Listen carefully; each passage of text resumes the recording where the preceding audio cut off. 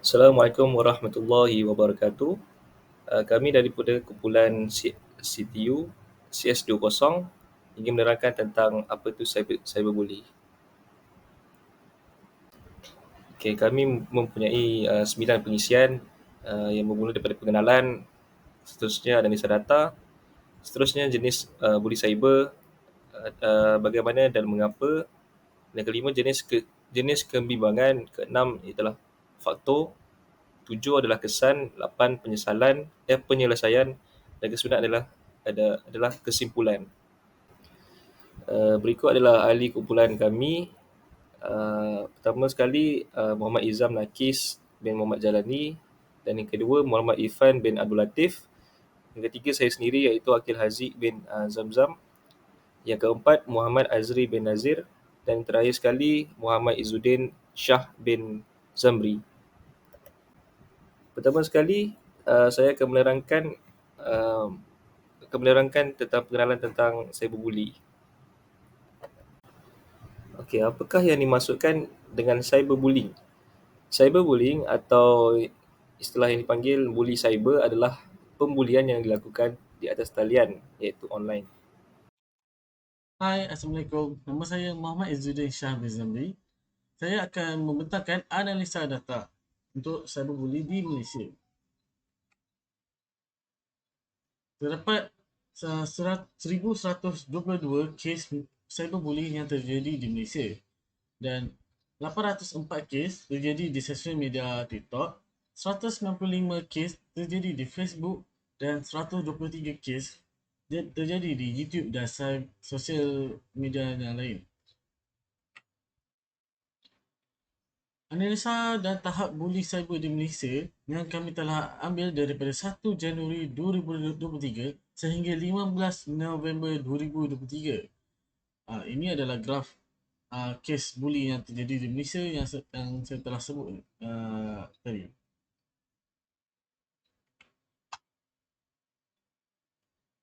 Okay. Sekarang kita ke jenis buli cyber.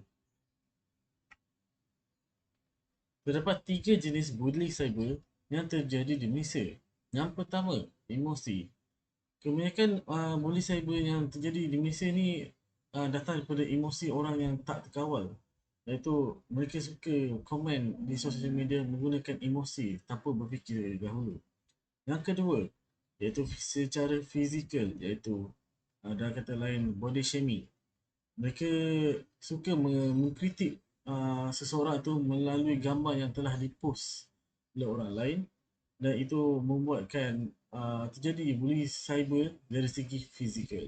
Yang ketiga adalah mental, iaitu uh, ini adalah jenis bully cyber yang paling sering dilakukan di sosial media. Jenis bully ini adalah secara berleluasa, iaitu seseorang telah dikritik oleh orang lain secara uh, secara apa ni, beramai-ramai, dan kritik itu apa, dan kritikan yang dilakukan adalah negatif dan membuatkan orang yang dikritik sangat-sangat tertekan. Itulah adalah jenis bully cyber dari segi mental. Sekian daripada saya. Assalamualaikum warahmatullahi wabarakatuh. Nama saya Muhammad Azri bin Nazir. Saya akan membentangkan uh, nombor 4, iaitu tentang bagaimana dan mengapa bully cyber boleh berlaku. Okey, sekarang saya akan terangkan bagaimanakah bully cyber boleh berlaku. Bully cyber boleh berlaku melalui melalui image, teks atau video di dalam talian. Atau kita boleh katakan pembuli cyber ini akan menggunakan segala platform di media sosial untuk melakukan kegiatan bully cyber ini. Mengapa bully cyber boleh berlaku? Bully cyber boleh berlaku adalah untuk memalukan, mengugut atau mengejek mangsa buli. Ini boleh terjadi apabila pemangsa telah melakukan sesuatu perkara yang berjaya untuk membuatkan pembuli cyber mencari isu untuk mereka ketengahkan dan memalukan mangsa mereka. Okey, saya akan menerangkan nombor 5 iaitu jenis kebimbangan yang ada di dalam buli cyber ini. Terdapat 3 jenis kebimbangan iaitu secara berterusan, kekal dan sukar untuk dikenal pasti. Secara berterusan ini kita boleh katakan bahawa pembuli cyber ini akan melakukan kegiatan mereka yang akan menyebabkan mangsa buli tersebut akan menghadapi kesan sampingan yang secara berterusan, dan perkara ini pembuli cyber juga turut akan tidak henti-henti untuk terus menyerang mangsa buli mereka, dan inilah yang kita maksudkan dengan secara berterusan. Dan kekal. Kekal ini adalah bermaksud pembuli cyber ini akan melakukan kegiatan mereka ini terhadap mangsa mereka, dan mangsa akan menghadapi masalah yang secara kekal, atau kita boleh katakan kesan negatif yang secara kekal. Dan yang ketiga adalah sukar untuk dikenal pasti.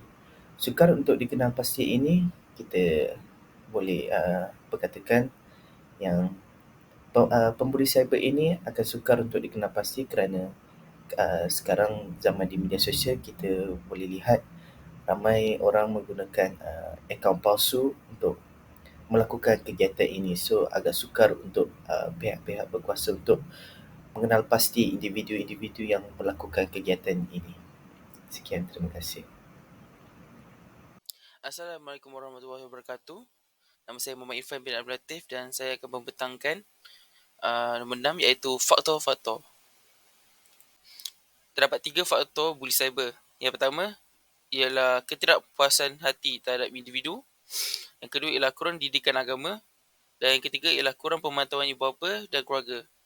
Jadi faktor-faktor ini sangat memainkan peranan. Sebagai contoh, jika ibu bapa tidak memantau anak-anak mereka dan menerapkan anak mereka dengan ilmu agama, anak mereka mungkin menyalahgunakan sosial media ke arah keburukan terhadap individu yang mereka tidak berpuas hati. Jadi, itu saja untuk faktor. Saya akan mengakhiri dengan pantun. Satu hati sudah terbiasa, sedih pun sudah terasa. Berfikirlah sebelum melakukannya, kerana sebuah luka tidak akan sembuh begitu saja. Jadi seterusnya ialah kesan permasalahan. Nombor 7. Terdapat 3 risiko permasalahan. Antara risiko permasalahan daripada cyberbully terhadap mangsa buli adalah secara mental. Mangsa akan berasa gelisah di tempat awam kerana kurang keyakinan diri. Dan secara fizikal pula, mangsa mungkin akan melakukan beberapa risiko yang membahayakan diri seperti self-harm, atau yang lebih teruk, bunuh diri. Melalui self-harm, mangsa mungkin akan mempunyai kesan sampingan seperti sakit perut, muntah, ulcer perut, berpunca mungkin daripada kurang makan dan sebagainya. Emosi pula melalui depresi, iaitu mungkin orang yang stres dan boleh menyebabkan bunuh diri, kesan bunuh diri. Itu saja. Terima kasih. Seterusnya adalah cadangan penyelesaian untuk mengelakkan masalah isu cyber. Antara cadangan penyelesaiannya adalah: yang pertama, berkongsi masalah dengan orang dewasa seperti ibu bapa ataupun guru. Hal ini kerana mangsa buli perlu mendapatkan bantuan atau panduan untuk menangani masalah buli cyber berdasarkan tahap keburukan yang dialami. Yang kedua adalah menjauhkan diri daripada sosial media buat beberapa waktu untuk meredakan situasi buli yang dialami oleh mangsa buli. Yang ketiga adalah mengelakkan mangsa untuk melakukan sebarang interaksi dengan pembuli. Hal ini kerana pembuli akan menjadi lebih agresif dan teruja jika mendapat perhatian daripada mangsa buli. Yang keempat adalah dengan menyediakan hukuman undang-undang yang lebih berat terhadap pelaku cyberbully supaya masyarakat lebih takut untuk melakukan jenayah ini. Jadi, apakah kesimpulan yang dapat diperoleh daripada pembentangan ini? Kita sebagai rakyat Malaysia yang bertanggungjawab haruslah berusaha dalam mencegah isu cyber daripada berlaku kepada seluruh masyarakat. Bab kata pepatah, anak yang baru dilahirkan umpama sehelai kain putih yang menunggu saat untuk dicorakkan ibu bapanya. Jadi kita perlulah pantau anak-anak kita supaya dapat mengelakkan daripada membuat perkara yang salah. Maka pendedahan dan penguasaan undang-undang sangatlah penting bagi membenterah isu ini. Pohon berangan tempat bertemu, kiranya rasa si anak dara. Baliklah tuan membawa ilmu, binalah bangsa, bangunkan negara. Itu sahaja daripada pihak kami. Sekian, terima kasih.